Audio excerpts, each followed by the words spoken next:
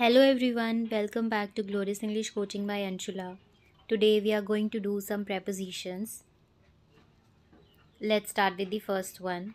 First is across. From one side to other side. Across का मतलब होता है एक तरफ से दूसरी तरफ. If we see this picture, she walked across the road. यानी कि वह रोड की एक तरफ से दूसरी तरफ गई.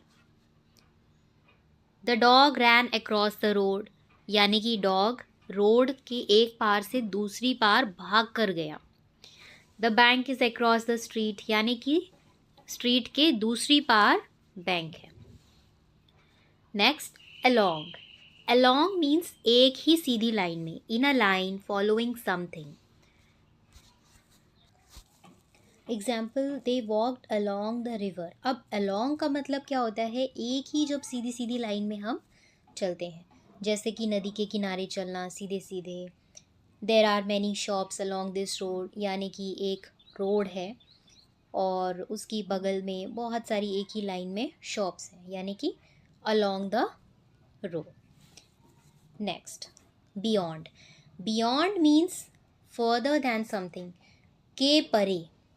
Example, the village is beyond the mountains या फिर this problem is beyond my understanding, मेरी समझ से परे है.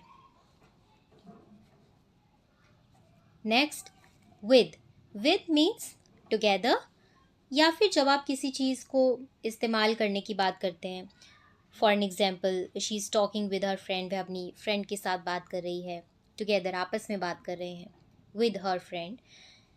He cut the paper with scissors. उसने पेपर को scissors के साथ काटा. So in this case also we will use with यानी कि उस चीज़ को इस्तेमाल किया, यूज़ किया.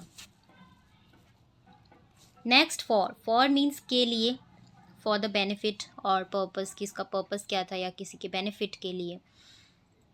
This gift is for you, ये gift आपके लिए है. I bought flowers for my mother. मैंने अपनी मदर के लिए फ्लावर्स खरीदे, के लिए. Next, from. From is use when we talk about the starting point. किसी भी चीज़ का हम स्टार्टिंग पॉइंट बताएं. For an example, she came from Mumbai. वह मुंबई से आई तो स्टार्टिंग पॉइंट उसका क्या था? मुंबई. वहाँ से वो आई है, so from Mumbai. This train runs from Delhi. Delhi से जयपुर तक. फ्रॉम स्टार्टिंग पॉइंट से. फ्रॉम का मतलब होता है से. Next, under. Directly below something, बिल्कुल नीचे किसी चीज़ का होना. और बिलो का मतलब होता है नीचे पर लेवल में. तो ज़रूरी नहीं है वो चीज़ बिल्कुल उस चीज़ के नीचे होगी. जैसे कि अगर हम टेबल और बॉल का रेफरेंस देखें तो यहाँ पर बॉल बिल्कुल नीचे है टेबल के, और इस तरफ अगर हम देखें तो बॉल इधर उधर है, लेवल में नीचे है, पर टेबल के बिल्कुल नीचे नहीं. इस केस में हम बिलो का यूज़ करते हैं. The ball is below the table जब हम लेवल के बारे में बात करें, लोअर लेवल के बारे में बात करें. The cat is under the table और he hid under the bed. Next, below at a lower level, जैसे कि हमने लास्ट स्लाइड पे डिस्कस किया है. We just discussed here. The temperature is below zero और his marks are below average. तो उस एवरेज से नीचे है, लेवल में नीचे है. Next, above. Higher than something. Above का मतलब होता है लेवल में ऊपर होना, एकदम टच में नहीं पर ऊपर होना, लेवल में. The fan is above the table. Obviously fan table के ऊपर है पर उसके साथ टच में नहीं है. The plane is flying above the clouds. Next, on. On a surface. The book is on the table.